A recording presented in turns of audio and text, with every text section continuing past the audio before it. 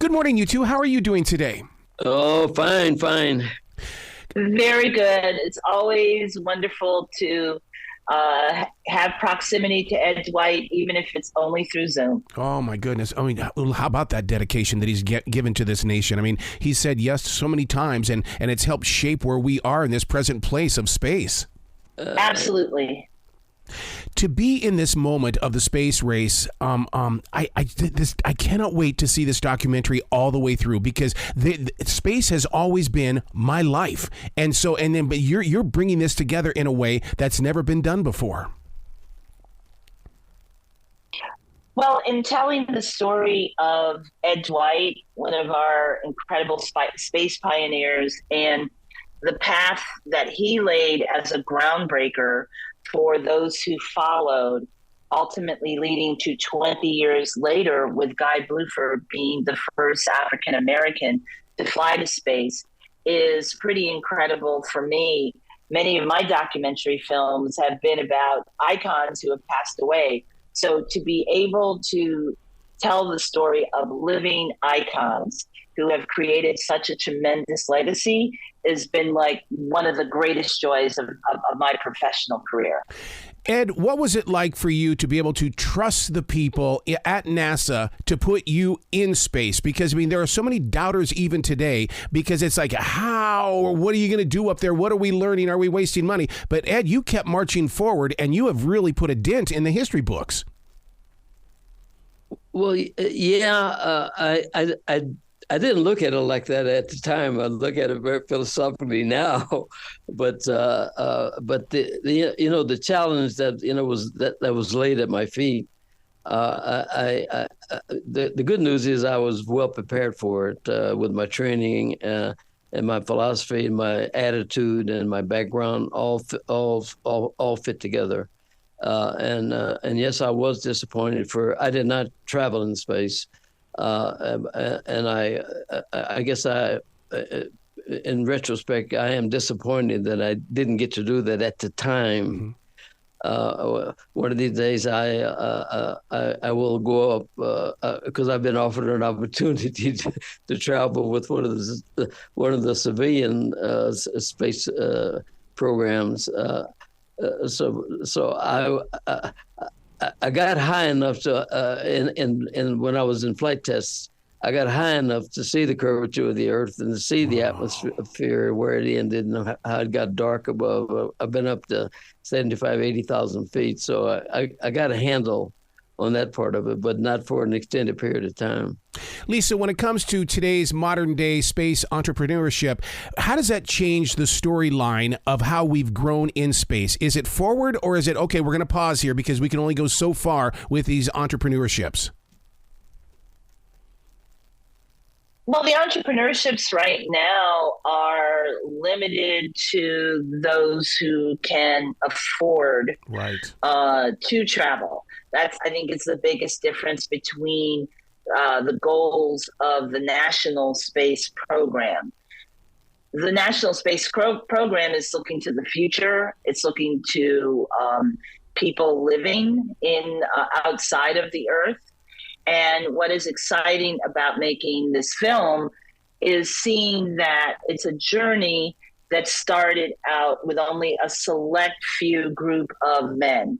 And as we fast forward now, it is a journey that has been realized by so many different nationalities, and certainly has afforded great progress to African Americans within the space program itself.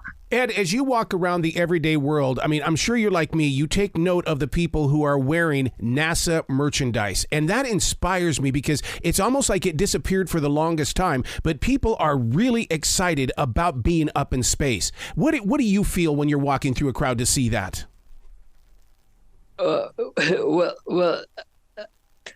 To be totally candid with you, I guess I'm a fan of that, because I buy a lot of NASA memorabilia. Be totally candid, I don't know why I'm doing it, but I join that crowd of people that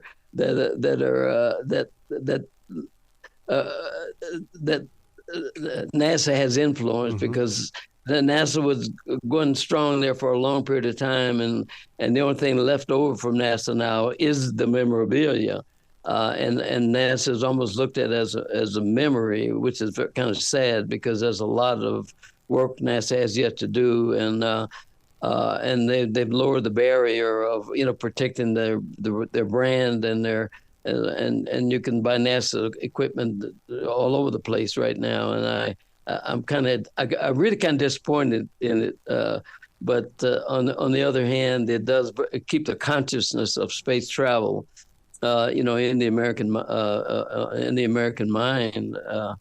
We're destined to keep exploring space. I mean, there's no stopping that. That's just going to continue to happen. Is easing into more civilian control because NASA has subcontracted out just about every one of their functions to civilian entities, and I'm actually kind of worried about that because without being controversial, we have the opportunity to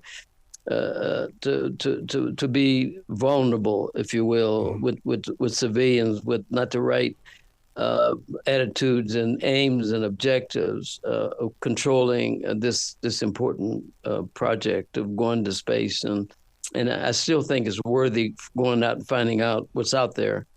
But I am disappointed in America just turning everything that they've done in the past over to civilian control. It bothers me a little bit. Yeah.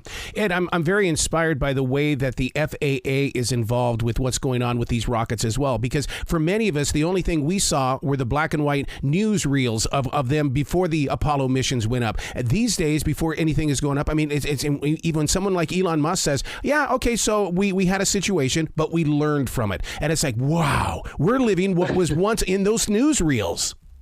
That's right.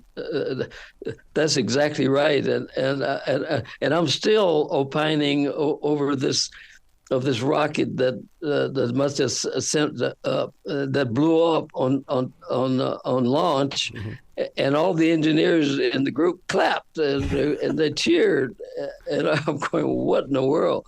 So I mean, I get worried about these things when you look at America's overall involvement in the whole thing. I get seriously worried about it. Lisa, how did you get all the astronauts involved in this project? I mean, was it an easy task, or was it something that you had to really dig in and start knocking on some doors and making some phone calls? That is a great question, and I give so much credit to our EP on this film, Leland Melvin, the former astronaut himself. He opened up the doors for us to meet everyone that we wanted to have in the film. As you've seen in watching it, it's a very close-knit group of people. And once we spoke to one astronaut, they would say, well, you really have to speak to this person. But it was Leland who got the train started for us. Ed, this easily could have been described as in honor of U.S. Space Week, but no, it's World Space Week. That inspires my soul to hear that in there, that it's the entire world. I agree with you. I was recently in a group of women astronauts that they had brought, and I was the only male in this whole group down in Arizona, and I did not know that there were women from Saudi Arabia, there's women from all over the Middle East. There were astronauts that I had, and they have been in space, traveled in space. I had no idea that this was so worldly, and the openness on the part of the overall space program to bring people in from around the world to fly into space under our auspices. It was just incredible to me. I laughed like a kid when the flight from India landed on the moon, because it was like, oh my God, this is so cool. Yeah. I had no idea India had a space program. I didn't either. How does that change the storyline then, Lisa, now that it is becoming more of a global adventure in space? Well, the focus in the space race has always been on Ed Dwight's journey and the accomplishments 20 years later of what we call the shuttle men, Guy Bluford, Ron McNair, Fred Gregory, of actually becoming the first African Americans to fly in space. Yep. So, and then the active astronauts, Victor Glover and Jessica Watkins, and what lies in the future for them. This film is going to come out in February 2024 on Nat Geo and Disney Plus, and will be seen around the globe. So the American story will certainly have a resonance on viewers everywhere. Wow. Ed, does the term "the right stuff," has it been redefined these days compared to what you went through and how people go through it today? There's a book called "The Right Stuff," and then the author of that book and I became friends and all. And this whole idea of the right stuff, and they kind of permeated all of my existence in a space program. And the large question is does this guy have the right stuff?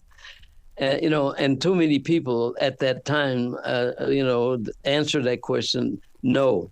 The next question was, does any Black man have the right stuff? And that became a looming question during the 20-year period of time from when I went in to training and when Bluford went up. So that was a 20-year span of exploring about this idea of Blacks in space, and can an African American have the right stuff? And too many people with a snap answer says no. There's no question about it. They just don't have it.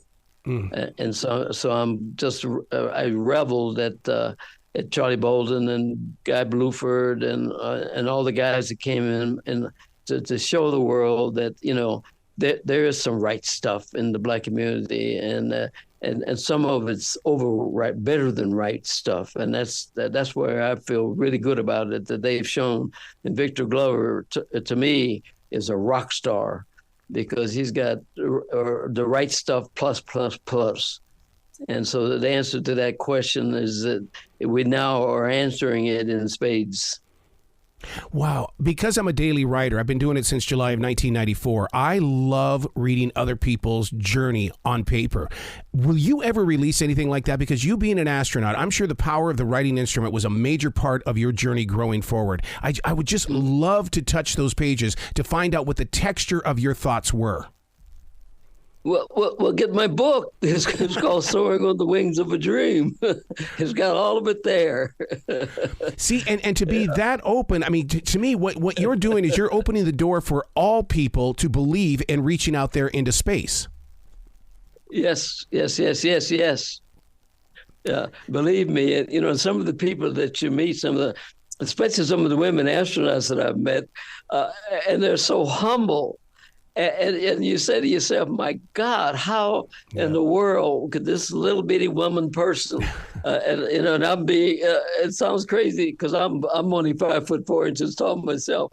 But I sit and talk to these lady astronauts that have been in the space, and they're so regular. Yeah. And to surmise about what the devil's going on in her head, and what went on in her head that allowed her to assume enough experience and knowledge and self-confidence to go do this and to become an astronaut. I'm talking about the women astronauts that I've met that have been into space. And it's amazing to me that the built inside of these people, these young women, all this incredible knowledge that they have to do this. Is just amazing to me. In putting this documentary together, Lisa, do you look at space differently now? When you look up there at night to see the stars, is it a different story? I see myself. I see the possibility that space holds for all of us for the advancement of humanity. And I also see a connection to my ancestors, because African peoples have always had a connection to the cosmos. Yeah. So I feel like it's come full circle to have insight into the possibility that they saw, but also what Victor Glover and Jessica Watkins are going to be able to achieve as they travel back to space and go to the moon and everything that the Artemis mission is going to provide. How scary is it for you, Ed, to think that an AI might be the first thing that really is stepping on Mars? Because, the humans have always dreamt about being up there on Mars, but is it going to be a robot? I mean, I realize they have rovers up there now, but to physically go up there and make a presence. Well, I really have to stretch my imagination, being away from all the inside game and knowing as much as the people who created AI and what AI represents, the positive parts of AI and the negative parts of AI, and I have yet to package it and put it together about how would AI. How would it be used to go into space and to do all the things that needed to be done? And then there's the practicality of going to Mars. There's a 9-month mission to get there, and there's a 9-month mission to get back. And I'm trying to package that in my brain, and that's really difficult for me because I'm not that close to the hard. The hard engineering and the advanced engineering that I would need to perceive of how I would work in this situation and how could it be done, and I'm sure that's going to be revealed to the American public as we move along with this AI and space and how it interfaces.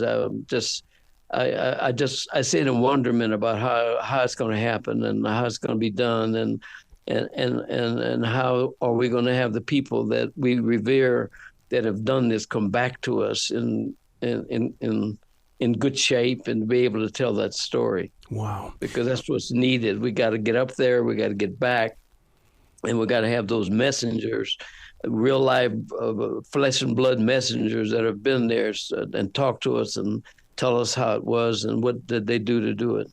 Wow. And you know what, Lisa? It takes stories just like this, like what you're putting up here with all of the astronauts today. We have to always keep our feet. I'm going to steal it from Casey Kasem. Keep your feet on the ground while reaching for the stars. Absolutely. Wow. Please come back to this show anytime in the future, you two, because I love space and I love talking about it. Very good, sir. Thank you so much. You be brilliant today, okay? Okay. Thank you, Arrow. That's an incredible name. Oh, it's just a radio name that, came from the universe. So that's, but thank you so much. Okay. Absolutely.